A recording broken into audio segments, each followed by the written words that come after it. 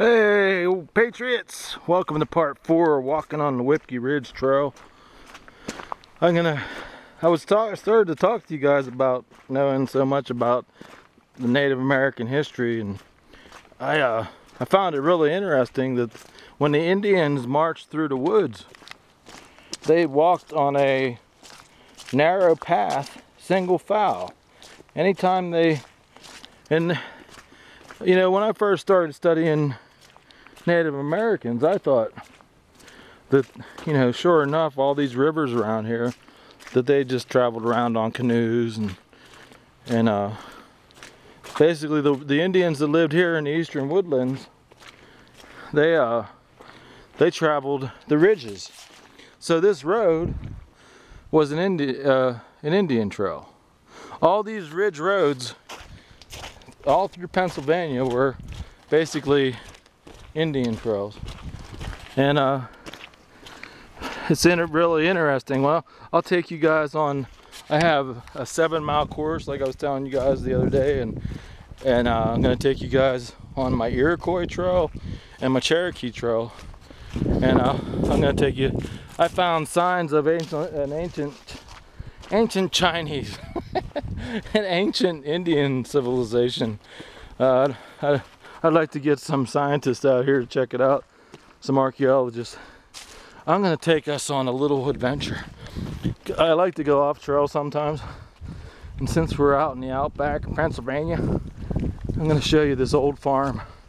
This is an old farm, and once again, this house is old, but yeah, this is the old barn here. It's not in bad shape, but the house is. So, it's really interesting. I want to show you guys something real fast. Well, we're sneaking around Appalachia.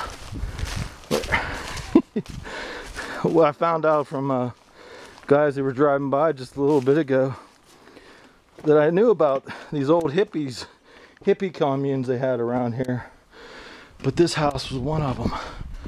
It's sad to see houses get destroyed like this, but I want to show you something really interesting. We were all talking about what's back here out this window. It's a little bamboo forest that the hippies were growing. Pretty cool, huh? Never thought bamboo were growing in here in Pennsylvania, but I just wanted to show you that real fast. Pretty cool. We got to go on a little adventure on the trail, but there's an old barn out there too. But back to the Native Americans. My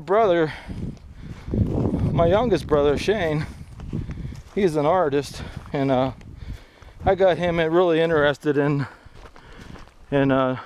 history, and he's tied. When I had that dream about being an Indian, like I said, I told you guys I like to write, and before I got involved with our history and politics, trying to save the country for the last 4.5 years almost, while studying since 9/11, I've always wanted to write a book about history, to put historical characters in my fictional story. So my brother, being the fictional writer, comic book guy, he has ventured off into the realm of fiction and coordinates his early American history with his characters. So I'm glad I was able to inspire my brother to.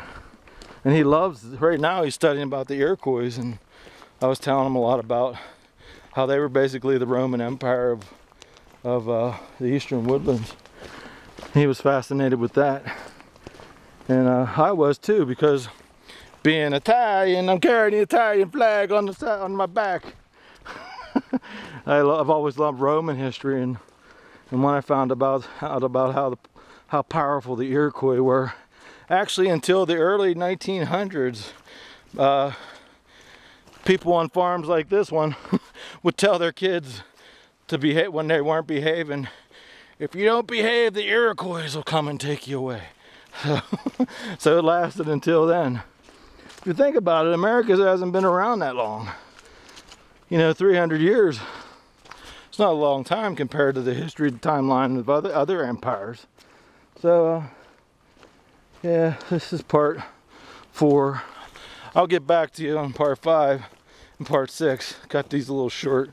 But until then, once again, go to my website, www.electronzio.com. Check out all my pictures, my blogs. When you Google that, go to my MySpace page.